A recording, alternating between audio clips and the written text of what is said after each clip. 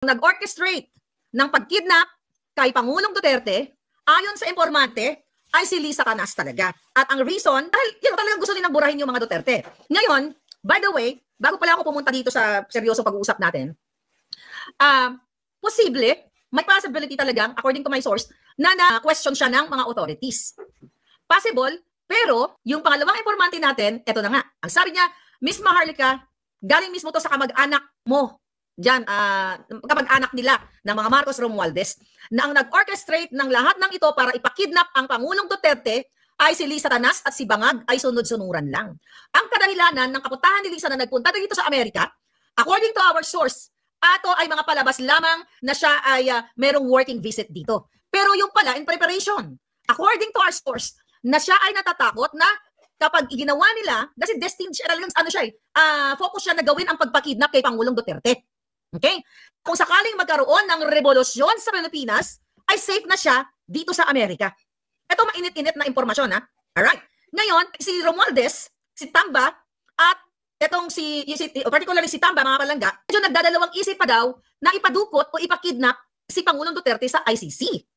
Pero sabi ni Lisa, hindi. Talagang kailangan kidnapin, ipadukot ang Pangulong Duterte at ipagkanulo sa ICC. Ngayon, the reason why pumunta siya ng Amerika, according to our source, para hindi siya ma-associate o kunyari wala siyang alam sa mga ginawa o mga gagawin nila. At si Bangag, di ba, right after siya nagsalita. Dahil si Bangag ay sunod-sunuran lamang. Walang balls yan. Si Lisa Canas ang nag-orchestrate lahat ng pandurukot o pang-extra, pang-kidnap kay Pangulong Duterte. Hindi na ito bago. Dahil si Lisa Canas, ang tagal ko na siyang inaakusahan na kidnapper siya, nung inutos niya, nung in-orchestrate niya, ang pag-kidnap sa 2 minoridad mula sa Turkey na anak ng kanyang business partner, illegal business partner, according to the mother of the minor kids, okay? Na kapartner ni Lisa Canas, si Francis Lloyd Tichua, na tatay ng mga bata, di ba? 2023 pa lang, inaakusahan ko na si Lisa Canas na siya ay kidnapper.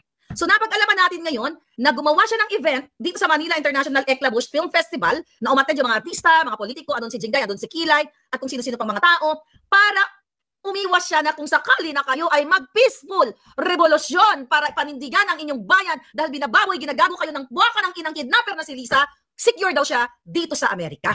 Yan ngayon ang panawagan ko sa lahat ng mga nasa Amerika o kahit saan sa buong mundo, lalo na napag-alaman natin na siya ay naka-check-in dyan sa Waldorf Hotel, pumupunta sa Beverly Hills Hilton, maraming mga Pilipino dyan.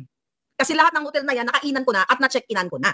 Pero ang favor na hingiin ko sa inyo mga palangga, ready your camera. Okay? Picturean, videohan, at pasimplihan ninyo at isend nyo dito, ayan, at isend nyo dyan, yan ang crawler na yan, sa ating email, maharlikanetwork@protonmail. So ngayon, gusto ko liwanagin na inorkestra ni Lisa Canas na ipadukot ang Pangulo. Ako po, hindi na siya, ulitin ko muli. Tapos mga kababayan, ay talaga namang umiwas siya, gumawa siya ng mga eksena dito, na mga party-party, kasi hindi naman working visit. Nakita ko na sa inyo yung video na nagpa-party sila. Kayong mga PSG na nakikita nyo na si Mato, si Lisa ay sinisigaw-sigawan kayo. May mga namatay na nga na PSG na hindi nila ni-report. Di ba? Kayo dyan, manindigan kayo para sa bayan. Is that inciting? Ang sabi ko lang, manindigan kayo. Mag-speak up kayo, sabihin sa taong bayan because you're there to serve and protect the people and to protect the soberanya na sinasabi ninyo. Dito ka pala, Lisa Canas, nandito ka, kung nandito ka sa Amerika, I challenge you. Dito tayo magbabakpakan sa korte. Tota, nagpa-picture-picture ka doon sa agada na nag-represent kay Johnny Depp kasi panindak nila sa akin yun eh. Nasindakin ko to, abogado di, Tampanilla ang tawag dyan sa Pilipinas, di ba? Sindakin ko to. Gusto ko po sabihin sa inyo, sa kabila ng panggigipit nila sa akin, sinusubukan nila akong gipitin pero lumalaban po ang isang Maharlika. So kaya nga sina-challenge kita, buha ka ng inamong kidnapper ka. Kung nasa Amerika ka, file a case against me na tinatawag kitang kidnapper at smuggler ka at ang asawa mo ay addictus benedictus. With that, I can present ng mga ebidensya ng pinagnangak nga ko dito. Andito ka pala, dito ka mag-retire, tangina ka.